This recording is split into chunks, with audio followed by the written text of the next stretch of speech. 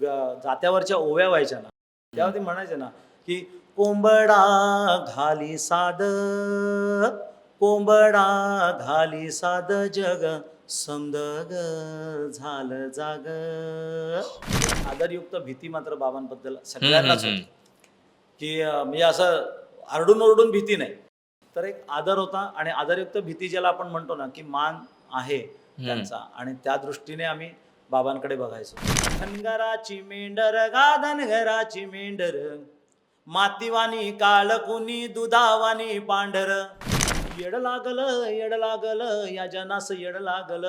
अरे इथला जाऊ दे रे महाद्या, त्यांना येड लागल. हे जे आहेत ना, हे ऍक्शन आहेत, रिॲक्शन आहेत. ते रिॲक्शन कसे देतात बाबा? लोककला दाखवायची आहे, परंपरा टिकवायची आहे, पण त्याला आधुनिकतेचा टच देऊन परंपरा बेस तर पक्का तसाच ठेवून आपल्याला पुढे जायचंय.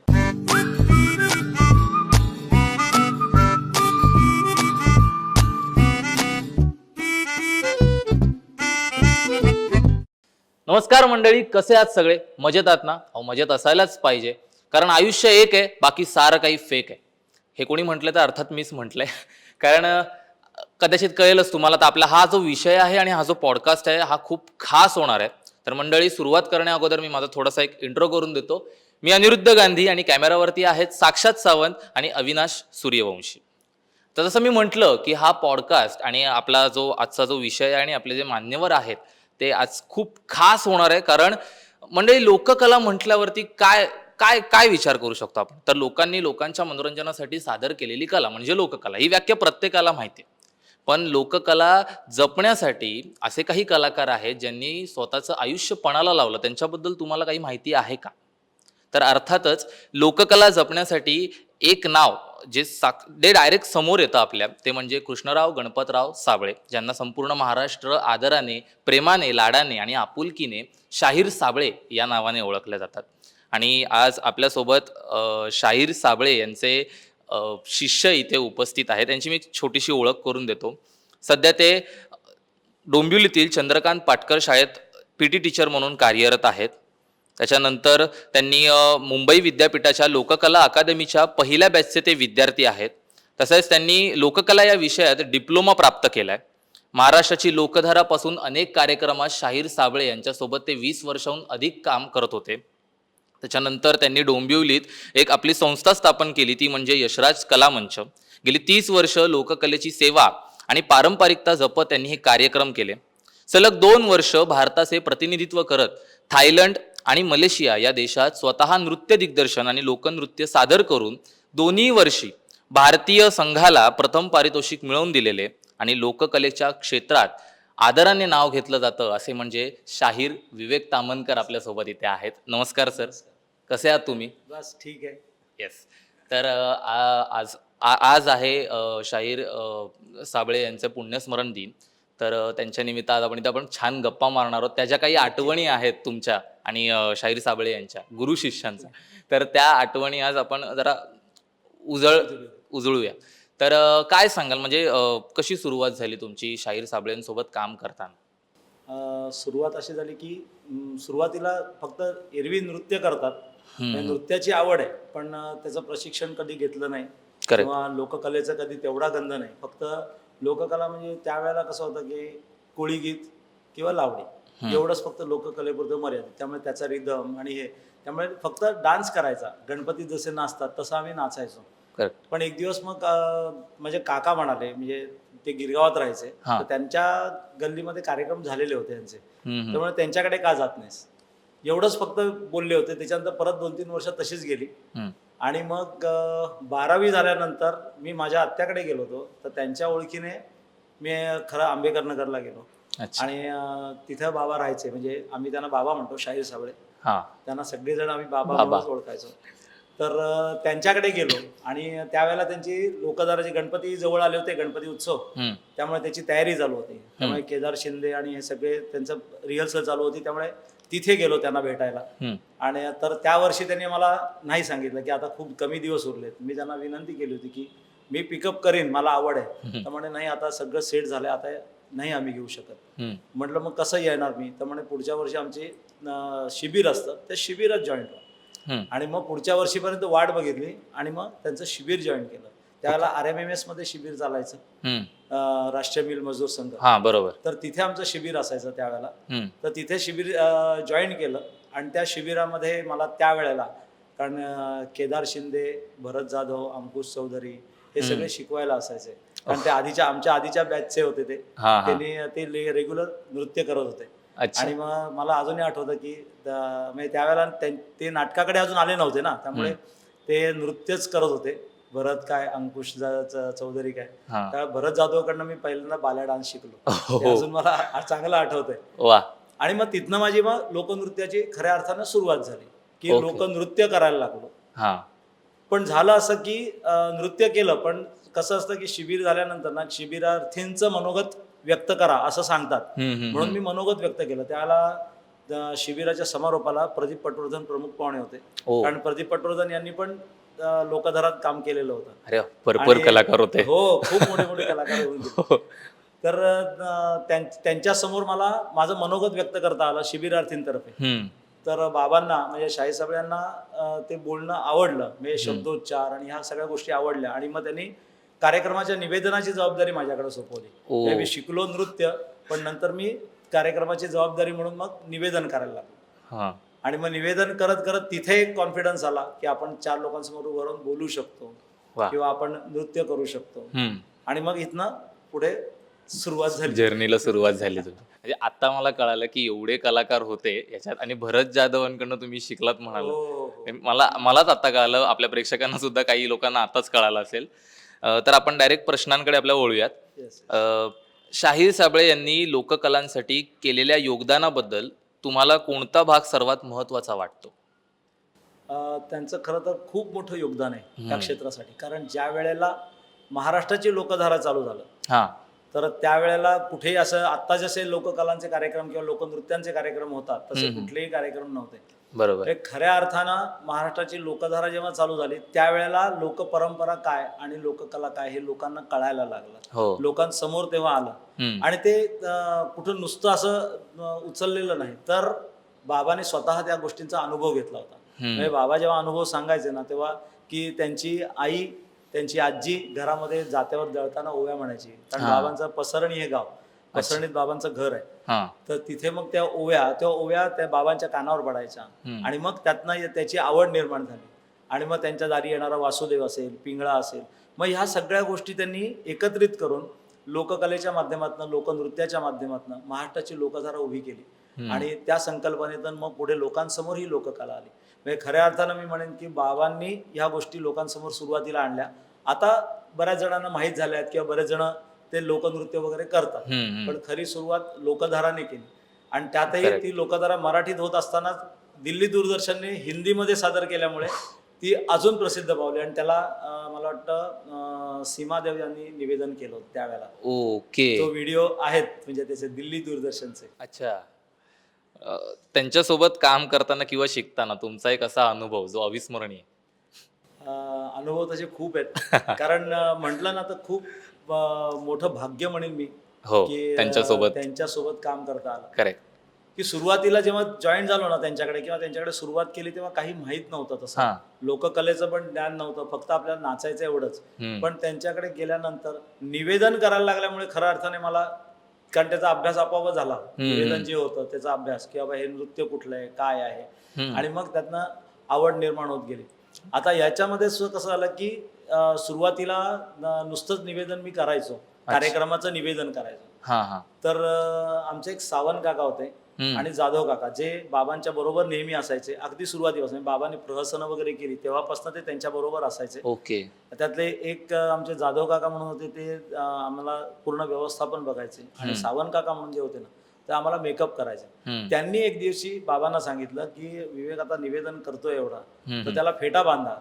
तर बाबांनी सांगितलं की एकदम परफेक्ट निवेदन ज्या वेळेला करेल ना, तेव्हा मी त्यांना आपणून फेटा बांधणार.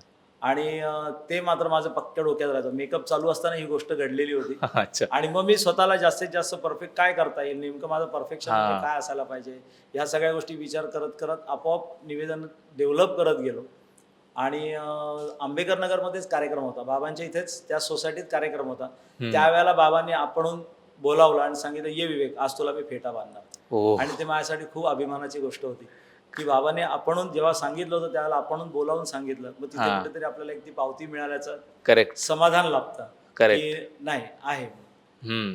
दुसरं एक असं होतं की ज्या वेळेला लोकधारा आम्ही म्हणजे बाबांच्या वयामुळे ती लोकधारा खऱ्या अर्थानं खरं थांबली, म्हणजे रेग्युलर कार्यक्रम होत नव्हते. हम्म. तर त्यावेळेला यशवंतराव चव्हाण सेंटर जे आहे मुंबईचं, हा, तर हा. तिथे महाराष्ट्र गीतासाठी बाबांना बोलवलं होतं. हो. आणि त्यावेळेला फक्त बाबा आणि त्यावेळेला बाबांनी माझी आठवण काढावी आणि मला बोलवून घ्यावं अरे की बाप. माझ्याबरोबर ये, उभं राहा म्हणून. हा. एक रिहर्सल बाबांच्या इथं झाली, बाबांच्या घरी आंबेडकर नगरमध्ये.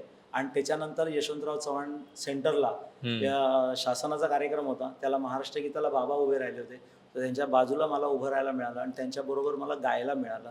आणि महाराष्ट्र गीतासाठी बाबांनी आपणून बोलवून घ्यावं, यात माझ्यासाठी ही अभिमानास्पद गोष्ट आहे की एवढ्या मोठ्या कलाकाराने आज मला बोलावलं आणि सांगितलं ये माझ्या बाजूला उभा राहा आणि महाराष्ट्र गीत माझ्याबरोबर गा. म्हणजे ही माझ्यासाठी एक शाबासकीची थाप होती की आपण जे चाललोय ते योग्य मार्गाने चाललोय, की आपण जे करतोय ते चांगल्या ह्याने करतोय, मनापासून करतोय. ती माझ्यासाठी खूप मोठी पावती होती. म्हणजे जसं शाहीर साबळे हे तुमचे गुरु आहेत, तसं मी प्रेक्षकांना आता सांगेन की शाहीर ताम्हणकर हे माझे गुरु आहेत. आणि मी त्यांच्यासोबत जे काही एक दोनदा असं तुटका तुटका का होईना पण जो काही डान्स केला होता, त्यात मला अक्षरशः दिसते की मी कोणत्या लेवलच्या व्यक्तीसोबत त्यांनी काय डान्स केला होता. पण खरंच ते म्हणजे माझ्यासाठी तो अनुभव खूपच वेगळा होता की मी तुमच्याकडनं आता हे शिकलो आणि हे प्रत्येक गोष्ट आता ऐकून घेतोय. इनफॅक्ट मला माहितीच नव्हतं की हे एवढं सगळं आहे, काहीच माहिती नव्हतं. तुम्ही त्यांच्यासोबत काम केलंय हे माहिती होतं, पण एवढं सगळं हे आता एक एक एक एक कळतात. एवढे कलाकार इन्क्लूड होते याच्यात, त्याच्यानंतर एवढी धमाल गंमत वगैरे. बरं, महाराष्ट्र शाहीर हा चित्रपट केला, अंकुश दादा त्याच्यात काम करत होता, साबळेंचं कॅरेक्टर केलं होतं. आणि त्यावेळी साबळे म्हणजे आपले जे शाहीर साबळे आहेत त्यांचा आपण चढ उतार त्या चित्रपटातून पाहिला. तर त्यावेळी तुम्ही ज्यावेळी त्यांच्यासोबत काम करत होता त्यावेळी तुम्ही कुठला त्यांचा चढ उतार पाहिलात का? आणि विशेष म्हणजे असं की बऱ्याचदा कलाकारांचं असं होतं की चढ उतारात कलाकार कलेला जरा बाजूला सारतात, नाही जात त्या परत त्या कलेकडे, त्यांचं वेगळं काहीतरी मग ते धरतात आणि मग त्याच्यातच रमतात किंवा परिस्थिती तशी असते. पण बाबांनी तसं केलं नाही. ते त्यांनी ती जे पकडून ठेवलं ते अगदी शेवटपर्यंत. तर त्याबद्दल तुम्ही काय सांगाल? खऱ्या अर्थाने बाबांचं प्रेम ह्या गोष्टीवर होतं, लोककलेवर. लोककलेवरती होतं. हो. आणि जेव्हा लोकनृत्य हा कार्यक्रम चालू केला, म्हणजे मी असं म्हणेन की संकल्पना बाबांची होती. त्यानंतर ते गोळा करणं किंवा सगळ्या मुलांना गोळा करणं हे चारुताईंनी केलं. चारू श्रीराम साबळे वाच्छांनी यांनी नृत्य दिग्दर्शन केलं आणि त्यातल्या बऱ्याचशा गाण्यांचं संगीत देवदत्त साबळेंनी दिलं होतं. म्हणजे हा जेव्हा संच जमून आला ना, त्यामुळे तिथं परत माघार घ्यायचे काही प्रश्न झाला. बरोबर. फक्त पूर्वी कसं होतं, पूर्वी बाबा चढउतार म्हणतो तसं की पूर्वी बाबा प्रहसन करायचे. प्रहसन करता करता त्याच्यानंतर म्हणजे त्या काय म्हणतो आपण, यमराज्यात एक रात्र, बापाचा बाप, अशी अनेक प्रहसनं जी आहेत की सामाजिक विषमतेवरती त्यांनी बोट ठेवलेलं आहे त्या प्रहसनातनं. ती प्रहसनं खूप प्रसिद्ध झाली. म्हणजे अगदी पु ल देशपांड्यांनी पण बाबांना शाबासकी दिली होती, त्यांच्याबद्दल गौरवोद्गार काढले होते. म्हणजे अशी प्रहसनं लिहिली आणि त्याच्यानंतर मग त्यांनी ही लोकधारा चालू केली. त्यामुळे परत कुठे उतार आला असं झालं नाही, तो चढती भाजणीच होती ती लोकधारा म्हणजे. आणि त्यामुळे ते सतत लोकांना आवडत गेलं आणि त्याप्रमाणे जास्तीत जास्त चांगलं आणि जास्तीत जास्त ओरिजिनल देणं हे बाबांनी समोर ठेवलेलं होतं. एक अजून एक किस्सा असा आठवतो की यशवंतराव चव्हाणलाच एक कार्यक्रम होता, पारंपरिक लोककलाचं सादरीकरण असा कार्यक्रम होता आणि तो NSDच्या कलाकारांसाठी होता. म्हणजे NSDला जे शिकतात मुलं, नॅशनल स्कूल ऑफ ड्रामा, तर त्या विद्यार्थ्यांसाठी म्हणून तो हे होता कार्यक्रम. त्याच्यामध्ये पारंपरिक गोंधळी आले होते, पारंपरिक वासुदेव आले होते आणि त्याच वेळेला तिथे पारंपरिक लोककला म्हणून महाराष्ट्राची लोकधाराचा आमचा कार्यक्रम ठेवला होता. जेमतेम आमचा एक 2-3 कार्यक्रमच होते, त्याच्यामध्ये एक अर्धा तासाचा वगैरे कार्यक्रम असेल. आणि नेहमी आम्ही लावतो तसंच त्यांनी सेटअप लावला होता की आमचा सिंथेसायझर होता, हार्मोनियम होती, ढोलकी होती, हे सगळं आमचं होतं. बाकी इलेक्ट्रॉनिक कुठली नाही, पण सिंथेसायझर होता, हार्मोनियम आणि हे. आणि ते सगळं झाल्यानंतर आमचं कार्यक्रम सादरीकरण झालं, नेहमीप्रमाणे छान झालं, सगळ्यांना आवडलं वगैरे. आणि नंतर प्रश्नोत्तराचा कार्यक्रम होता आणि त्यावेळेला बाबा समोर बसले होते. आम्ही प्रेक्षकांमध्ये बसलो होतो आणि NSG चे विद्यार्थी त्यांना काही प्रश्न विचारणार होते कशा संदर्भात, माहितीच्या दृष्टीने. ओके. त्यांना अधिक माहिती या संदर्भात पाहिजे होती अशा दृष्टीने. ओके. तर तिथे एका विद्यार्थ्याने प्रश्न विचारला बाबांना की तुम्ही म्हणताय की पारंपरिकता आम्ही जपतो किंवा पारंपरिक आम्ही हे सगळं दाखवतोय. करेक्ट. तर पण तुम्ही पारंपरिक ज्या गोष्टी दाखवताना वाद्य काही पारंपरिक वापरलीत आणि आधुनिक इलेक्ट्रॉनिक पण वापरलं, ते कसं काय? म्हणजे ते पारंपरिक म्हणता पण मग हे त्याच्या पारंपरिकता येत नाही ना. बरोबर. बाबाने खूप छान उदाहरण दिलं. बाबा म्हणाले की तुम्ही जंगलातनं जाताय किंवा रस्त्याने जाताय, एखादी काडी पडलेली आहे, जाडची काडी एखादी पडलेली आहे, तर तुम्ही काय करता, ती सहज लाथाडून निघून जाता.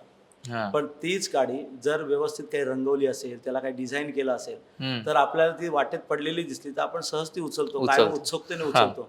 आम्ही तेच करतोय. लोककला पोचवायची आहे, पण ती ओरिजिनल त्याची जे काही मूळ गाभा आहे तो न बदलता त्याला आधुनिकतेचा टच देऊन आम्ही पुढे सरकतोय आणि म्हणून लोकांना ती आवडते. आज आम्ही सादरीकरण केलं, तुम्हाला आवडलं कारण तुम्ही टाळ्या वाजवल्यात, तुम्ही उत्साह दाखवला. तो का? तर ह्या सगळ्या गोष्टींमुळे दाखवला.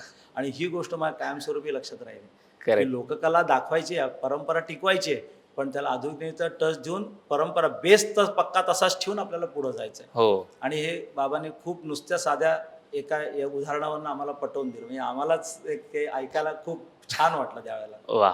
शाहीर साबळे यांच्या शैलीतील एक वेगळी ओळख, त्याच्याबद्दल काय सांगा? शैलीतली ओळख म्हणजे बाबांचं गातानाचं स्पष्ट उच्चार आणि शब्दफेक ह्या खूप सुंदर असायच्या. म्हणजे शब्दफेक, शाहिरी आणि भावगीताचा आवाज, खरं म्हणजे खूप मोठा फरक आहे. पण बाबांच्या आवाजाला एक खूप छान गोडवा होता आणि त्या गोडव्यामुळे त्यांचा आवाज किंवा त्यांनी गायलेलं गाणं ना खूप चांगलं वाटायचं. त्याच्यातल्या छोट्याशा हरकती म्हणा किंवा ह्या गोष्टी आम्हाला त्या ऐकायला मिळाल्या, हे आमचं भाग्य असं आम्ही म्हणतो. कारण ह्या सगळ्या गोष्टी खूप महत्वाच्या आहेत. की म्हणजे आम्ही म्हणतो की बाबांनी शिकवलं, पण कोणीच कधी कोणाला हाताला धरून नाही शिकवत. निरीक्षणात आपण जास्त शिकत असतो. बरोबर. आणि आम्ही त्यांच्याबरोबर राहून राहून ह्या सगळ्या गोष्टी शिकल्या. तर त्याच्यातलं हे वैशिष्ट्य मला असं वाटतं की शाहिरी आवाज, पहाडी आवाज, पण त्याच्या जोडीला भावगीताचाही आवाज, सुरेल आवाज, गोडवा, आवाजाला फिरकत, ही बाबांकडे खूप छान होती. आणि ते एक वेगळी शैली होती बाबांची. आणि त्यामुळे प्रत्येक गाणं त्यांचं उठावदारच व्हायचं, कारण त्याच्यात ते भाव व्यक्त ते करायचे. महाराष्ट्र गीत जरी आपण घेतलं तरी दिल्लीचेही तख्त राखितो हा शब्द उच्चारणं आणि त्या तख्तालावरती जोर देणं हे त्याचा लगेच इम्पॅक्ट समोरच्यावरती पडतो. आणि ह्या गोष्टी आम्हाला खूप शिकायला मिळाल्या त्यांच्याकडनं. आणि ते भाव त्या गाण्यातनं व्यक्त व्हायचं ना, ही शैली अप्रतिम होती त्यांची. म्हणजे ते फार कठीण आहे की एक तर पहाडी आवाज आणि त्यात ते भावगीताला गोडवा, तो आवाज. खरंच आहे. म्हणजे मला तर असं वाटतं की अगदी ते तर 24 तास त्याची रिहर्सलच करत असायचं वाटतं. ते रुजलेलंच आहे त्यांच्यामध्ये. कारण जेव्हा जात्यावरच्या ओव्या व्हायच्या ना, तेव्हा ते म्हणायचे ना की कोंबडा घाली साद, कोंबडा घाली साद, जग समदग झालं जाग, समदग झालं जाग, समदग झालं जाग, जग समदग झालं जाग. बाई हवस मला भारी ग ताटा शेजारी वाटीची, ताटा शेजारी वाटीची, शेजारी वाटीची, लेक लेकाच्या पाठीशी. ह्या ओवीतनं स्त्री जीवनाचं प्रतिबिंब कसं बाहेर पडतं हे त्यांच्या आवाजातनं आम्हाला खूप ऐकायला मिळालं. त्यांनी ह्या ओव्या किंवा प्रहसनातनं ही जी गाणी घेतली ना, सुंदर आम्हाला, म्हणजे त्याचा खूप अनुभव चांगला आला मला. आणि तो अनुभव मिळणं हे खरंच आम्ही भाग्याचं समजतो की आमचं खरंच भाग्य त्या बाबतीमध्ये. हो, म्हणजे अगदीच प्रत्येक प्रश्नाच्या उत्तरातून हे जे येतंय की हे आमचं भाग्य आहे, मी भाग्यशाली आहे वगैरे वगैरे. म्हणजे माझ्या पिढीपर्यंत तर शाहीर साबळे महाराष्ट्र शाहीर चित्रपट ज्यावेळी आला त्यावेळी आम्हाला ते कळायला लागले. त्यांचे स्पेशली चढ उतार असतील, त्यांचे कार्यक्रम असतील, ते सगळंच. तुम्ही तर ते अक्षरशः त्यांच्यासोबत काम केलं ते पण 20 वर्षाहून अधिक. त्यामुळे खरंच तुम्ही खूप भाग्यशाली आहे. आणि आम्ही सुद्धा भाग्यवान आहोत की त्यांच्या शिष्यांकडनं, जे आमचे गुरु आहेत त्यांच्याकडनं देखील आम्ही थोडं थोडं काय होईना पण घेतोय. त्यामुळे खरंच मी सुद्धा खूप भाग्यशाली आहे. आता नव्या पिढीने लोकसंगीत आणि लोकनाट्य याकडे वळावं यासाठी काय बदल करायला हवेत? म्हणजे कसं आहे माहिती आहे ना, की ह्या पिढीला आता आपण असं म्हणू शकतो की लोककलेची ओळख व्हायला लागलेली आहे. हम्म, नाही असं नाही. हम्म, पण कसं आहे ना, की त्यातला पारंपरिकता जी आहे, हम्म, त्यातला जो मूळ गाभा म्हणतो आपण त्याला, तो हम्म, मूळ गाभा त्यांच्यापर्यंत पोहोचणं गरजेचं आहे. हम्म, आणि त्यासाठी समजा काही वर्कशॉप म्हणा किंवा असं काही जर आपण नियोजन करू शकलो, तर त्याचा खरंच मुलांना फायदा होईल. आणि त्यासाठी आता जुने जाणते शाहीर आहेत, की हा, जे बरोबर. शाहीर आत्ता ह्या मुलांना समजावून सांगू शकतात, की हम्म, नेमकं शाहिरी म्हणजे काय, लोककला काय, लोकनृत्य काय, हम्म, त्यातला फरक काय आणि त्याचा मूळ गाभा काय आहे. हम्म, कारण ह्या सगळ्या गोष्टी जेव्हा पोचतील, मग त्याच्यातनं, कारण तुम्हाला मुळच समजलं नाही, तर तुम्ही त्याच्यात डेव्हलप काही नाही करू काहीच शकत. करू शकत नाही. आणि जसं बाबांनी मगाशी सांगितलं, की त्या काठीला, साध्या काठीला जर तुम्ही एखादा कलर दिलात किंवा वेगळा कलर दिलात, डिझाईन केलं ते जरा, तर ती जशी आकर्षक होते आणि ती आपलीशी वाटते. हम्म, तसंच लोककलेचं आहे. लोककला ही प्रवाही आहे. बरोबर. लोककला कुठे थांबून राहिलेली नाहीये, ती सतत पुढं पुढं जात असते. हम्म, मग ती जी पुढं जात असते ना, तर त्याच्यामध्ये थोडे थोडे बदल होणं आवश्यक असतंच. पण मूळ गाभा जो आहे तो जर सोडला, तर मग ती भरकटलेली जाते. तर बरोबर. ती भरकटू नये म्हणून मूळ गाभा ठेवून जर त्याला आधुनिकतेचा टच दिला, दिला. तर लोकांपर्यंत नक्कीच ती चांगल्या प्रकारे पोहोचू शकेल असं मला वाटतं. आणि बरोबर. त्यासाठी वर्कशॉप म्हणा किंवा ह्या गोष्टी आहेत, जुने जाणते शाहीर आहेत, हम्म, तर त्यांच्या मुलाखती ह्या जर घेऊन लोकांना ऐकवल्या आणि त्याचं महत्त्व पटवून दिलं, तर नक्कीच समजू शकेल. करेक्ट आहे. म्हणजे आता बऱ्याचदा असं होतं, की लोककलेची जी काही गाणी आहेत, जी जुनी गाणी, हो. ती बऱ्याचदा वेगळ्या पद्धतीने सादर केली जातात. वेगळ्या बरोबर आहे. म्हणजे थोडंसं डीजे वगैरे हो, जरा असं हो, वापरून. हो. तर त्यामुळे माझ्या पण इच्छा काही मुलांचं असं लगेच खटकतं, की नाही, नाही, हे नाही. ते जे आधीचं जे गाणं होतं ना, हां, ते खूप सुंदर आहे. बरोबर. हे आता काहीतरी उगाच वाढवायचं म्हणून वेगळं. वाढवलंय, ते त्यामुळे ते जरा असं वाटतं, की अरे हां, यांना जुन्या गोष्टीची पण अजूनही ओळख आहे आणि ते खूप आणि महत्वाचं आहे. खूप महत्वाचं आहे. हो. ते खूप महत्वाचं आहे. तर आता सध्या या काळात चित्रपट हे एक खूप असं महत्वाचं साधन आहे, ज्याच्या थ्रू आपण नक्कीच. प्रत्येक गोष्ट लोकांपर्यंत इझिली पोहोचवू शकतो. बरोबर. चित्रपट असेल, वेब सिरीज असेल. तर मग हे चित्रपट आणि वेब सिरीज मधून काही लोककला दाखवता येऊ शकते का? असं. लोककला दाखवता येऊ शकते. हं. पण कारण चित्रपट किंवा वेब सिरीज हे जे माध्यम आहे ना, हे आता प्रचंड वाढलेलं आहे आणि हं, खूप हं. प्रभावी माध्यम झालेलं प्रभावी आहे. आहे. बरोबर. त्यामुळे त्या माध्यमातनं जर सादरीकरण करायचं असेल, तर खरंच चांगलं आहे. आणि हं. काही आता नवीन युवा शाहीर जे येत आहेत, हं, ते हं. बरेच जण YouTubeच्या माध्यमातनं शाहिरी हो. सादरीकरण करतायत आणि पारंपरिकता बाज ठेवून ते सादरीकरण करतायत हं, आणि त्यामुळे हं. लोकांपर्यंत आज ते गोष्टी पोहोचतायत. आणि करेक्ट. खरंच आहे की चित्रपटाच्या माध्यमात आता महाराष्ट्र शाहीरचंच उदाहरण आहे, हो. की महाराष्ट्र शाहीर जेव्हा आला हं. त्याच्यानंतर बऱ्याच जणांना, की आत्ताची नवीन पिढीला म्हणजे जुन्या पिढीला ते सगळं रिकलेक्ट झालं, की आम्ही लोकधारा बघितली होती. कारण त्यावेळेला हो. फक्त लोकधारा होती, बाकी काही नव्हतं लोककलेच्या अनुषंगाने जायचं तर. Correct, correct. केवळ लोकधारा, महाराष्ट्राची लोकधारा हा लोकधारा. एकच कार्यक्रम होता. त्यामुळे तो जवळ-जवळ आत्ताच्या ज्या 60-70 झालेल्या पिढीने बघितलेलाच आहे तो कार्यक्रम. हं, हं. कुठे ना कुठेतरी एवढे कार्यक्रम त्याचे झालेले आहेत. त्यामुळे महाराष्ट्र शाहीर आल्यानंतर त्यांना रिकलेक्ट झालं आणि नवीन तरुण जी पिढी होती, हं. त्यांना नेमकं शाहीर साबळे काय आणि त्याच्यानंतर जी गाणी लागली त्याच्यामध्ये, हां. म्हणजे कोळी गीतं असतील बरोबर. किंवा भारुडं असतील, भारुड. ती भारुडं कुठेतरी त्यांनी ऐकली होती. हं. पण ती यांनी केली आहेत, यांनी म्हटली आहेत हं. किंवा ती नेमकी कोणाची आहेत, ह्या सगळ्या ज्या गोष्टी आहेत त्या ह्या माध्यमातनं लोकांपर्यंत पोहोचल्या. हं. आणि त्यामुळे हे प्रभावी माध्यम आहे. ह्याच्या माध्यमातून जर असंच जर काही गोष्टी झाल्या, तर मला वाटतं लोकांपर्यंत खरंच लोककला चांगल्या प्रकारे पोहोचू शकेल. म्हणजे उपयोग झालाच पाहिजे ह्याचा. हो. आणि हा विषय आहे जो महाराष्ट्र शाहीर या हो. विषयातून मेन म्हणजे शाहीर साबळे लोकांपर्यंत पोहोचले. ते दिग्दर्शित केलेले केदार शिंदे सर, त्याच्यानंतर आता तुम्ही जसं म्हणालात भरत जाधव सर, अंकुश केदार चौधरी सर शिंदे आणि सर नातू आहेत त्यांचे, हो, शाहीर साहेबांचे. शाहीर त्यामुळे साहेबांचे. त्यांना अजून माहिती असल्यामुळे त्याच्यात हां, अजून रंगत आली बरोबर. त्या चित्रपटात. नाही पण त्यांचे खरंच खूप आभार, की त्यांनी हा चित्रपट केला आणि तो सगळ्यांसमोर आज शाहीर साबळे कोण आहेत हे प्रत्येकापर्यंत पोहोचलं. नक्कीच, खरंच आहे. महाराष्ट्रातील विविध लोकसंगीत शैलींबद्दल तुम्ही काय सांगाल आणि त्यातली कोणती शैली अधिक लोकप्रिय आहे? अनेक प्रकारचे लोकसंगीत आहे. हं, हं. महाराष्ट्रातल्या बाकीच्या लोकसंगीतांपेक्षाही आपण जे महाराष्ट्राचं लोकसंगीत आपण म्हणतो त्याच्यामध्ये अ, अ, गोंधळ आहे, हम्म, नंतर पोवाडा आहे, लावणी आहे, ह्या सगळ्या गोष्टी ज्या आहेत, हम्म. तर त्याचं प्रत्येकाचं स्वतःचं वैशिष्ट्य आहे. बरोबर, त्यामुळे ते बरोबर. एकमेकांशी कम्पेअर नाही आपण करू शकत. हा. त्यामुळे प्रत्येकाचं वैशिष्ट्य असल्यामुळे ते प्रत्येक लोककलेने आणि लोकसंगीताने स्वतःचं वैशिष्ट्य ठेवलंय. हम्म, ते फक्त पारंपरिकता जपावी एवढीच इच्छा आहे. त्याच्यात कुठे भ्रष्टपणा येऊ नये, किंवा आता हल्ली लोकनाट्याला सवंगपणा येतोय, बरोबर. की लोकांना जे आवडतं ते देण्याच्या प्रयत्नामध्ये पारंपरिकता बाज सगळा निघून जातोय. तर तो तसा होऊ नये. तो मूळ बाज ठेवला पाहिजे. हम्म, कारण पूर्वी कसं होतं ना, की म्हणजे असे विनोद का केले जायचे पूर्वी सुद्धा, की पूर्वी टीव्ही किंवा याची साधनं नव्हती मनोरंजनासाठी लोकांना. त्यामुळे त्यांच्यासाठी ह्या सगळ्या गोष्टी खूप गरजेच्या होत्या. मग हे लोककलावंत जे आहेत ते लोककलावंतच त्यांचं मनोरंजन करायचे.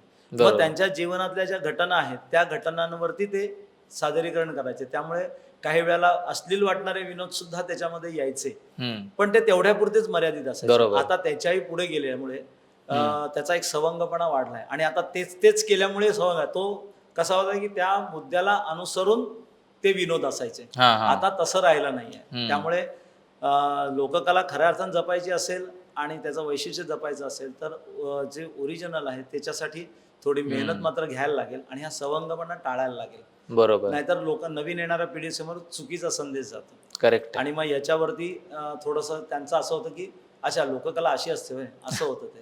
आणि मग ते चुकीचा संदेश जाऊ नये ही काळजी सगळ्याच लोककलावंतांनी घेतली पाहिजे. करेक्ट. पण आता युवा शाहीर वगैरे खरंच खूप छान तयार होत आहेत, हो, की जे करतायत. हो. याच्यामध्ये अजून एक मला म्हणजे युवा शाहिरांच्या बाबतीत असे आठवण सांगता येईल मला, की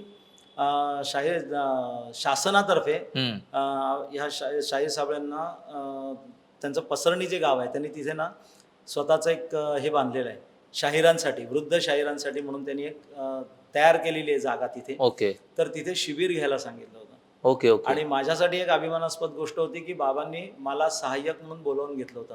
आणि ते तिथे संपूर्ण महाराष्ट्रातनं शाहीर आलेले होते, युवा शाहीर आले होते. युवा शाहिरांचं पूर्ण जे नियोजन होतं ते सगळं बाबांच्या मार्गदर्शनाखाली मी केलं होतं. आणि माझ्यासाठी ती एक काय म्हणतो आपण त्याला, एक अभ्यास होता तो माझ्यासाठी.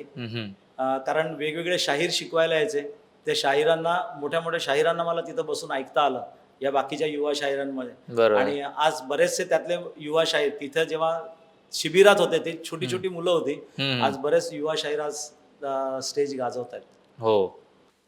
भविष्यात लोकसंगीत आणि लोककला टिकवून ठेवण्यासाठी आणि ती वाढवण्यासाठी कोणते नवीन प्रयोग करणं आता सध्या गरजेचे आहेत? मगाशी सांगितलं तसंच, की याच्यासाठी आधुनिकतेचा बाज, पण जुनं वळण जे आहे तो बेस, ओके, ह्या सगळ्याचं मिश्रण केलं तरच ते होऊ शकतं. कारण बऱ्याच वेळेला कसं असतं, की लोककला, जसं मगाशी सांगितलं यशवंतराव चव्हाण सेंटरचं एक उदाहरण दिलं, की लोककलेचा बाज, की ती जी लोककला आहे ना, ही लोककला लोकांनी लोकांसाठी स्वतःसाठी केलेली आहे. बरोबर, ती बरोबर. दुसऱ्याच्या आनंदासाठी नाही केलेली, स्वतःसाठी केली. स्वतःला आनंद मिळावा म्हणून करतोय. ओके. त्यामुळे स्वतः ते आनंद घेतात. त्यामुळे त्याच्यामध्ये रिपिटेशन, नृत्यामध्ये तोचपणा, ह्या सगळ्या गोष्टी येणं साहजिक आहे. पण जेव्हा आपण स्टेजवरती करतो त्यावेळेला त्याच्यामध्ये आपण नृत्य म्हटलं तर त्याच्यामध्ये फॉर्मेशन आपण तयार करतो, की लोकांना दाखवण्यासाठी आपण करत असतो. तिथे लोकांना दाखवण्यासाठी नाही, स्व आनंदासाठी ते नृत्य करतात किंवा स्व आनंदासाठी लोकसंगीत. म्हणजे थाळगान एक प्रकार आहे. थाळगानात पौराणिक कथा, शिक्षण काही नाही, पण सांगोवांगी त्यांच्या कानाशी जे त्यांनी ऐकलं होतं, तर त्या गोष्टी ते फक्त त्या थाळीवरती मेण लावतात, मेणाला मध्ये काडी लावतात आणि त्या काडीवरती फक्त हात बोट फिरवत असतात. त्याच्यातनं जो आवाज येतो, ध्वनी येतो, त्या सुरावटीवरती ते कंटिन्यू कथा सांगत असतात. मग त्या पुराणातल्या कथा असते, पण ते तुम्ही असं बसून ऐकाल ना तर त्या तासन-तास म्हणजे रात्र 2-2 रात्र चालतात. पण नुसतं ऐकाल तेव्हा कंटाळा येऊ शकतो माणसाला. पण त्याच्यात काही जर बदल केला, वेगळ्या कथा सांगितल्या, त्याच्यात काही शॉर्ट केलं, छोटीशी कथा घेतली, तर लोकांनाही ते आकर्षक वाटेल आणि ती कला त्यांच्यापर्यंत पोहोचेल. ह्या गोष्टी खूप महत्वाच्या आहेत आणि त्यासाठी असा जर प्रयत्न झाला तर छान होईल. मला तर एक पर्सनल असा सवाल म्हणजे प्रश्न विचारायचा आहे, की जसं तुम्ही म्हणालात की शाहीर साबळे सगळ्यांना शिकवायचं म्हणजे असं अगदी बोट धरून नाही शिकवायचं. बरोबर आहे. तर त्यांचं एक शिकवण्याची पद्धत काय असायची मला आता जाणून घ्यायची उत्सुकता खूप वाढली आहे. तर ते कसे शिकवायचे? काही असे वेगळ्या काही त्यांच्या टेक्निक्स होत्या का किंवा आणखीन काही वेगळे? नाही, आता कसं आहे, बाबा नृत्य करायचे, पण आम्हाला कधी नृत्य नाही बाबांनी शिकवलं. हा. आम्ही एकमेकांमध्येच आम्ही नृत्य शिकत गेलो. म्हणजे केदार शिंदे होते, भरत जाधव होते, अंकुश चौधरी, सचिन गजमल, ही जी काही आमच्यापेक्षा आधीच्या बॅचमधली जी मुलं होती त्यांच्याकडनं आम्ही शिकलो. नंतर आम्ही पुढच्या मुलांना आम्ही शिकवायला लागलो तिथे जाऊन. तर कधीच असं बोटाला धरून नाही शिकवलं त्यांनी आम्हाला. पण त्यांच्या वागण्यातनं आणि बोलण्यातनं आम्ही खूप काही गोष्टी शिकलो. कारण शेवटी कसं असतं की हे जे जसं वागतात किंवा आपण म्हणतो ना, मोठी माणसं कसं वागतात ते लहान मुलं आपोआप निरीक्षण करत असतात आणि तसंच आपल्या वागत असतात. तर तेच आमचं झालं. बाबा कसे बोलतात, कसे शब्दोच्चार करतात, त्याच्यानंतर उभं राहतात कसे, किंवा एखादी आता पोवाडा म्हणायचं झालं तर पोवाड्यासाठी कसे उभे राहतील, एखादं दुसरं गाणं म्हणायचं आहे, प्रहसनात करायचंय, भारूड करतायत तर भारूड करताना त्यांची देहबोली कशी असेल, ओके. त्यांचे शब्दोच्चार कसे असतात, किंवा एखादा काय म्हणतो आपण त्याला, येड लागल या जनास येड लागल, अरे इथला जाऊ दे रे महाद्या, त्यांना येड लागल. हे जे आहेत ना, हे ऍक्शन आहेत, रिॲक्शन आहेत. तर रिॲक्शन कसे देतात बाबा, हे आम्हाला बघायला मिळालं. आणि त्यावेळेला बाबा जेव्हा प्रेझेंट करायचे असे भारूड म्हणा किंवा अगग विंचू चावला, त्यावेळेला तो एकदम टिपेला आवाज लावायचा आणि खऱ्या अर्थाने खरंच मला विंचू चावलाय, विंचू चावला, तो बाज यायचा ना, तो आम्ही सगळं विंगेत बसून बघायचो. आणि त्यासाठी आम्ही खास विंगेत बसायचो. पुढच्या डान्सचा ड्रेस घालून आम्ही ते विंगेत तयार होतो. आणि मग हे शिक्षण आमचं होतं. ओके. आणि ह्याच्यातनं आम्ही पुढे शिकत गेलो की ते कसं बोलतात, कसं वागतात, किंवा बरोबरच्या कलाकारांशी कसा संवाद साधतात, त्यांच्याबरोबर मोठी माणसं जर आली तर त्यांच्याशी ते कसं बोलतायत. आणि हे निरीक्षण जे आहे ना, या निरीक्षणातनं आम्ही शिकत गेलो. म्हणजे बाबाने एका अर्थाने अशा रीतीने आम्हाला शिकवलं. ओके. आता एखादा नाटक म्हटलं किंवा कुठलीही कला, तर त्यावेळी जे दौरे होतात. हा, तर मी महाराष्ट्र शाहीर चित्रपटात आपण एक प्रसंग पाहिला होता की सगळे ग्रुप करून ते त्या ट्रेनमध्ये बसायचे, त्याच्यानंतर तिथे पण तालीम व्हायची. बरं, एखादा कार्यक्रम खूपच छान झालाय त्यानंतर मग ते जोरजोरात सगळे डबे वगैरे वाजवत ती धमाल. तर तसं तुमचा एखादा काही किस्सा वगैरे असं? ते कार्यक्रम ह्याला आम्ही बरेचसे ह्याच्यात बाबांचे स्वतःचे टेम्पो ट्रॅव्हलर होते, त्याच्यातनं आमचा प्रवास असायचा. ओके. गाणी विणी हे नेहमी चालायचंच आमचं. पण कधी असं टेन्शन नाही आलं मला की अरे बापरे आता कार्यक्रम करायचा आहे. पण एक मात्र होतं की एक आदरयुक्त भीती मात्र बाबांबद्दल सगळ्यांनाच होती की म्हणजे असं आरडून ओरडून भीती नाही, तर एक आदर होता. आणि आदरयुक्त भीती ज्याला आपण म्हणतो ना, की मान आहे त्यांचा, आणि त्या दृष्टीने आम्ही बाबांकडे बघायचो. कारण त्यांचं व्यक्तिमत्वच तसं होतं, एकदम वेगळं व्यक्तिमत्व होतं बाबांचं. की जे कलाकारांशी खूप छान बोलायचे, छान वागायचे, पण जिथं चुकलं तिथं मात्र लगेच सांगायचे की हे चुकलंय, हे बरोबर झालं पाहिजे, हे असं का नाही झालं, हे झालं पाहिजे. म्हणजे अशी एक हे आहे की डोंबिवलीत कार्यक्रम होता आणि ह्याला जायच्या आधी आम्ही मॉरिशसला जाणार होतो. आणि मॉरिशसच्या आधी तो कार्यक्रम होता.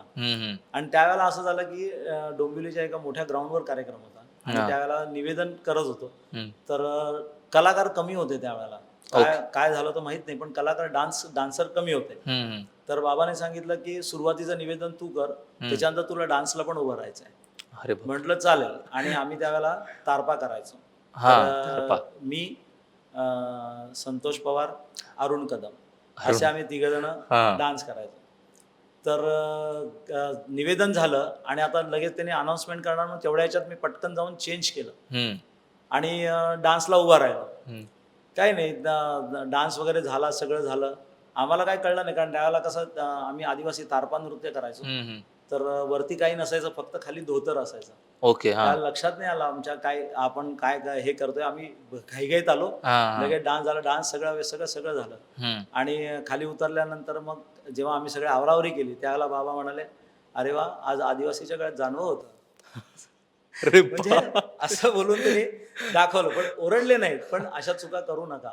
म्हणजे ह्या खूप महत्वाच्या गोष्टी आहेत की कलाकाराला चूक दाखवली पण आरडून उरडून नाही, ती काय त्यातलं काय चुकलंय बरोबर. हे सहजगत्या सांगून मोकळे झाले. हम्म. आता हे कायमस्वरूपी आमच्या आयुष्याभरात लक्षात राहिलं. हो. जेव्हा आम्ही मुलांकडनं करून घेतो त्यावेळेला आम्ही ह्या छोट्या छोट्या गोष्टी गोष्टी, बघतो हो. आणि हेच शिक्षण आहे. हो. आणि हेच आम्हाला खूप छान लोकधारातनं मिळालं हो. करायला.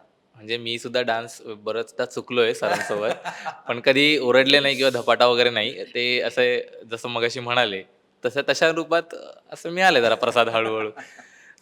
तर तुमचं लोकगीत आणि लोकनाट्य क्षेत्रात नवीन पिढीसाठी तुम्ही काही योजना आखल्यात का? अं, असं एक चालू आहे डोक्यामध्ये. अजून कितपत ते पुढे होईल माहित नाही. हां. पण एक लोककलेचं व्यासपीठ मुलांना मिळावं यासाठी एखादा निवासी काही गोष्टी कराव्यात. ओके. आणि त्याच्याबरोबरच लोककलेसाठी कसं आहे की तुम्ही नृत्य करता, नाट्य करता, सगळं काही करता, पण ते तुम्ही सादरीकरण करता. कारण शेवटी परफॉर्मिंग आर्ट आहे. हो. तुम्ही सादरीकरण करता, पण त्याच्या मागची जी भूमिका आहे की त्याच्या मागचा इतिहास आहे हा आपल्याला माहीत नसेल तर आपण सादरीकरण कसं करणार? बरोबर. मग त्याच्यासाठी लायब्ररी असावी. ते मुलांना लायब्ररी द्वारे पुस्तकांद्वारे त्याची माहिती मिळावी. बरोबर. आणि त्याच्या मागच्या ज्या बेसिक गोष्टी आहेत की नेमकं काय आहे, कधी सुरू झालं, कसं सुरू झालं. कारण आता हे निवेदन करता करताच आम्हाला कळलं की गोंधळाचे 2 प्रकार वेगवेगळे आहेत. आणि ते करताना सुद्धा मी जे मुंबई विद्यापीठ जे आहे त्या मुंबई विद्यापीठाची लोककला अकादमी आहे, तिथे मी गेलो तेव्हा मला थिअरी जास्त शिकायला मिळाली. म्हणजे प्राध्यापक डॉक्टर खांडगे सर आम्हाला शिकवायचे. आणि त्यावेळेला आम्हाला खऱ्या अर्थाने कळलं की रेणुराई गोंधळ आणि कदमराई गोंधळ असे गोंधळाचे 2 प्रकार आहेत. गोंधळ कोण करतं? तो गोंधळ पुरुष करतात फक्त, त्यात स्त्रिया नसतात. आणि जागरण कोण करतं? तर जागरण वाघ्या आणि मुरळी करतात, तिथे स्त्रिया असतात. म्हणजे गोंधळ जागरण जो गोंधळ होतो लोकांचा, तो गोंधळ अशा रीतीने आम्ही वाचल्यामुळे आम्हाला कळला. तर असं लोकांपर्यंत पोहोचावं आणि म्हणून एखादी त्यांच्यासाठी लायब्ररी असावी की जिथे येऊन मुलं अभ्यास करतील आणि जेणेकरून ही लोककला आमच्यापर्यंत आले ते आमच्यापासून जेवढं शक्य आहे तेवढं आमच्याकडनं देऊन ती अजून पुढे जावी, मुलांनी अभ्यास करून अजून त्याच्या डेव्हलपमेंट करावी अशी इच्छा आहे. तर त्या दृष्टीने काही प्रयत्न करावा चालू आहे डोक्यात. होईल लवकर होईल ना. अर्थात बाबांचे आशीर्वाद आहेत तुमच्या सगळ्यांच्याच पाठी. तर आजच्या तरुणांना लोकगीतांकडे आकर्षित करण्यासाठी कोणते बदल करायला हवेत? म्हणजे आता लोकगीत म्हटल्यानंतर मुलांचं असं होतं की अरे आता ते जुनं झालं, आपण आता नवीन पण नवीन गोष्टीकडे वळताना बऱ्याचदा असं होतं की जुन्या गोष्टींकडे नाही विसर पडला पाहिजे. जुनं ते सोनं नक्कीच ते तर आहेच. त्यामुळे काही आहेत असे की नाही जुन्या गोष्टी आहेत, म्हणजे बऱ्याचदा कानात हेडफोन घालून सुद्धा जुनी गाणी ऐकत राहतात आणि काही लोकांचं असं म्हणणं असतं की नको ते जुने, तो गेले ते जमाना, अरे हमारा जमाना वगैरे, आता हमारा जमाना असं आहे. तर त्याच्यासाठी काही वेगळं असं नाही, वेगळं असं नाही, पण त्याला अजून एक बाब आता जसं मला वाटतं काहीतरी फोक स्टुडिओ काहीतरी सुरू हो फोक स्टुडिओ, तर त्याच्या माध्यमातून बरीचशी गाणी जात आहेत लोकांपर्यंत, नाही असं नाही, पण त्याचा बाज बदलू नये एवढीच इच्छा आहे. जसं मगापासून तेच सांगतो की त्याचा बाज ना डिस्कोकडे गेला की मग ओरिजिनल नाही कळत, मग ते खटकतं ऐकायला चांगलं नाही वाटत. बरोबर. शब्द पोचतात लोकांपर्यंत कारण ते शब्द घेतात पण रिदम वेगळा लावतात किंवा या गोष्टी केल्यामुळे मग थोडासा गोंधळ होतो. आणि मग ओरिजिनल जसं आपण म्हणतो की ओरिजिनल जे पाहिजे ते नाही मिळालं तर मग त्याचा प्रचार नीट होत नाही. तर तो मात्र व्हावा यासाठी प्रयत्न गरजेचे आहेत, पण त्याच्यासाठी आधुनिक बाज थोडा जमवायला लागेल आपल्याला. पण शब्दांचे अर्थ, कारण लोकगीत जे आहे ना त्या लोकगीतांमध्ये ना शब्दांना खूप महत्वाचं आहे. बरोबर. कारण त्या प्रत्येक शब्दाला अर्थ आहे. कारण ह्या लोकगीत जर आपण ऐकलं तर प्रत्येक लोकगीतामध्ये त्या शब्दाला अर्थ आहे. म्हणजे कसं आहे की आपण जे जीवन अनुभवतोय त्या अनुभवाचं प्रतिबिंब या लोकगीतात पडलेलं असतं. बरोबर. म्हणजे जर धनगर गाणं घेतलं तर धनगरामध्ये धनगराची मेंढर गा धनगराची मेंढर, मातीवानी काळ कुणी दुधावानी पांढर, काळं पांढरं कशी आमची मेंढर आहेत. मग त्या असं एक पुराणातील लेकरू होतं हो, नाव त्याचं श्रावण बाळ हो, आंधळ आई बाप बोललं हो. म्हणजे त्या श्रावण बाळ आणि हे कोकरू लहानसं याची खूप छान सांगड घालून पुराणातल्या कथा घेऊन त्यांनी या आपल्या जनावरांची ओळख करून दिली. त्यांच्या रोजच्या जीवनातलं मेंढरं जी आहेत तीच ओळख आहे. मग त्यांनी त्याचं वर्णन करत करत कसं गेलेत ते. किंवा जर आपण शेतकरी नृत्य घेतलं तर ते शेतकरी नृत्याचं कसं आहे की त्याचं कोऱ्या चालल्या रानात सुरू झाली या पेरण, पेरणी चालू झाली, काय काय होतंय. म्हणजे ह्या सगळ्या ज्या गोष्टी आहेत ना या गोष्टी या लोकगीतात नाही येत असतात आणि त्या मात्र जाता कामा नाही येत. आणि त्यामुळे लोकगीत खूप महत्वाचं आहे. त्याचा बाज मात्र तसाच ठेवून आधुनिक त्याला छोटीशी जोड दिली तर छान होईल आणि नक्कीच लोककला टिकून राहील. करेक्ट आहे. आता माझं असं झालंय की मी का या काळात जन्म घेतला. मी तुमच्या सोबत असलो असतो तर त्यांच्यासोबत मला सुद्धा असं काहीतरी लोककला वगैरे सादर करता आली असती. हे असंच आम्हाला वाटायचं कारण आम्ही आता ते ऐकल्यानंतर मग बाबापूर्वी प्रहसन करायचे, अरे त्यावेळेला आपल्याला करायला मिळालं पाहिजे होतं. पण एक भाग्याचं होतं की बाबांच्या समोर आम्हाला बाबांची जी प्रहसन आहेत ती केदार शिंदे यांनी दिग्दर्शित केली आणि भरत जाधव, अंकुश वगैरे काम करत. तर त्यावेळेला त्यांच्या बरोबर आम्हाला स्टेजवरती आम्हाला ह्या गोष्टी शेअर करता आल्या. म्हणजे त्यांच्या नाटकातनं आम्हाला बाकीच्या गोष्टी ज्या मॉबचा सीन असेल किंवा हे असेल तर त्या आम्हाला त्या प्रहसनातनं नाटकातनं कामं करता आली. म्हणजे त्यांच्याबरोबर आम्ही बरेच नाट्य स्पर्धांना ह्या बाबांची प्रहसनं घेऊन उतरलेलो आहे. वा, या सगळ्या त्यांना पाठवणार आहे हे पॉडकास्ट. म्हणजे सगळ्यांच्या आठवणी एकदम ताज्या होतील, धमाल येणार आहे. आता एक शेवटचा आपण प्रश्नाकडे जाऊया की शाहीर साबळे यांचं एक प्रसिद्ध लोकगीत जे तुम्हालाही आवडतंय, प्रेक्षकांना आपल्या आवडेल ऐकायला, असं एखादं सादर करून दाखवू शकता का? बापाचा बाप जे नाटक बाबांचं प्रहसन होतं म्हणजे तर त्या प्रहसनामध्ये ना की त्यांनी हे दाखवलं होतं की इंद्र त्याच्यानंतर माणूस यातला फरक. आणि तो इंद्र म्हणतो की विष्णू म्हणतो की मी एवढी माणसं बनवली पण इथं माणसं मला अशी वेगवेगळी का दिसत आहेत. बरोबर. तर त्यावेळेला बाबांनी त्यातलं एक गाणं मला ते खूप आवडतं आणि बाबा स्वतः त्यावेळेला सादरीकरण करायचे त्या गीताचं. त्याच्यानंतर आम्ही बापाचा बाप जेव्हा करायला लागलो त्यावेळेला केदार शिंदे स्वतः हे गाणं खूप छान सादर करायचे. की माणूस एकच आहे, मी मानव बनवलाय पण मानवातला हा फरक काय आहे. ओके. तो फरक त्यांनी खूप एक छोट त्यातलं कडवं चांगलं हे करून दाखवतो. प्रयत्न करतो कारण त्यांच्यासारखं गाणं शक्य नाही आपल्याला बाबांसारखं. इथे माणसे माणसे तशी तेथे, इथे माणसे माणसे तशी तेथे, परंतु कळेना असे काय होते, परंतु कळेना असे काय होते, इथे माणसे माणसे तशी तेथे.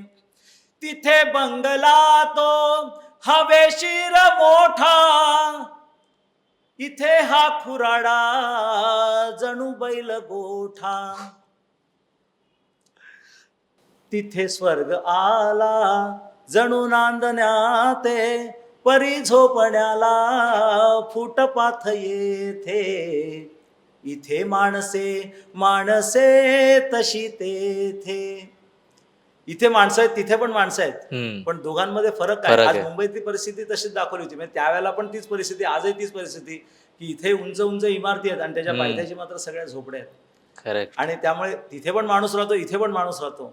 तिथे झोपायला गाद्या गिरत आहेत पण आम्ही इथे बाकी दुसरी माणसं जी आहेत माणसंच आहेत पण ती आज झोपायला त्यांना खुराड्यासारखी झोपतात, एकाच याच्यामध्ये अशी गर्दी करून झोपतात. आणि ही जी परिस्थिती आहे ती बदलली गेली पाहिजे. आणि बाबांच्या प्रहसनातनं ह्याच सामाजिक विषमतेवरती प्रहार बाबांनी केले होते आणि म्हणून ती प्रहसनं खूप यशस्वी झाली आणि लोकांना ती आपलीशी वाटायला लागली. नक्कीच. म्हणजे तुम्ही आता जे गायलात ते प्रेक्षकांना आवडणारच आहे. मला तर खूप आवडलंय हे. शब्द कदाचित इकडे तिकडे थोडासा झाला असेल पण भावना तीच होती. पण खूप सुंदर आहे. म्हणजे आता माझं असं झालंय की आमच्या तरुण पिढी, आम्ही सगळे तरुण पिढी खूप मिस करतोय. कान अगदा आतुरत आहेत की त्यांच्या आवाजात जर एकदा हे ऐकलं असतं तर या क्षणी. हो, तर खरंच तुम्ही हे ऐकवलं आणि ते बाबांचं, त्यामुळे खूप ताज्या आठवणी ताज्या झाल्या. आणि बाबा एक हे म्हणायचे गण म्हणायचे, त्या गणातले शब्द जे आहेत त्या शब्दाच्या ती फेक आहे ना ती अप्रतिम आहे. म्हणजे महाराज गौरी नंदना महाराज गौरी नंदना अमरवंदना दैत्यकंदना हे मंगलमूर्ती ठेव कृपा दृष्टी एक दंत दिनावर पुरती. ही जी शब्दफेक आहे ना ही कायम आमच्या लक्षात राहील, कारण ते उभं राहून बोलणं, शब्दफेक आणि हे शिक्षण जे आहे ना प्रत्यक्ष शिक्षण हे खूप आम्हाला आमच्या दृष्टीने खूप मोठं होतं. खरंच आपण काय करतोय, काय ऐकतोय, हे सगळं ऐकायला हवं तरी आपण सगळं मिस करतोय हे सगळं, आणि हे खूप वाईट आहे. हे ऐकलं पाहिजे. आणि जे लोककला जी आहे ती मुळातच पाहिली पाहिजे, ती सादर केली देखील पाहिजे, ती कुठेच लुप्त होता कामा नाही. हे जास्त नक्की. जास्त खरंच. गरजेचं आहे. आणि खरंच सर तुमच्यामुळे आणि जे इतर कलाकार आहेत, जे शाहीर आहेत, यांच्यामुळे अजूनही लोककला ही प्रत्येकापर्यंत पोहोचते. लोककला म्हणजे काय हे प्रत्येकाला कळतंय. कळतंय खरं आहे. हां.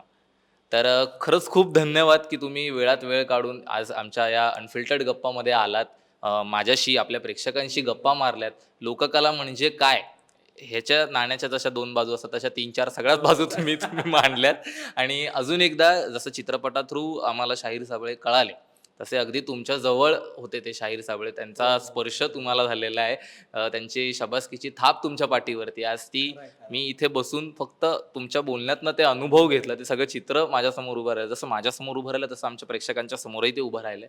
आणि नक्कीच त्यांनाही हा पॉडकास्ट आवडलाच आहे. आवडलाच आहे. हां, प्रश्नच नाही. ते कमेंटमध्ये आता वर्षाव होणार आहे या सगळ्याचा. लोककला खरंच जपली पाहिजे आणि आजच्या काळात लोककला ही जपणं फारच गरजेचं आहे. त्याला काही ऑप्शन नाहीये. ते डीजे वगैरे हे सगळं झालंच आधुनिक काळातलं. पण जुनं ते सोनं. सोनं. शेवटी इथेच आपण आपला हा पॉडकास्ट इथेच थांबवूयात. आणि खरंच खूप खूप धन्यवाद सर की तुम्ही इथे आलात. महा MTV कडनं तुम्हाला खूप खूप शुभेच्छा आणि खूप खूप धन्यवाद. धन्यवाद. Yes, thank you. Yes, thank you. मंडळी, तुम्हाला हा पॉडकास्ट कसा वाटला हे आम्हाला कमेंट करून नक्की सांगा. आणि हो, आपल्या महा MTVच्या YouTube चॅनलला सबस्क्राईब करायला विसरू नका. पुन्हा एकदा भेटूया एका नवीन कलाकारासह, एका नवीन गोष्टीसह आणि एका नवीन अनुभवासह. तोपर्यंत इथेच थांबूया. नमस्कार, मी अनिरुद्ध गांधी. धन्यवाद.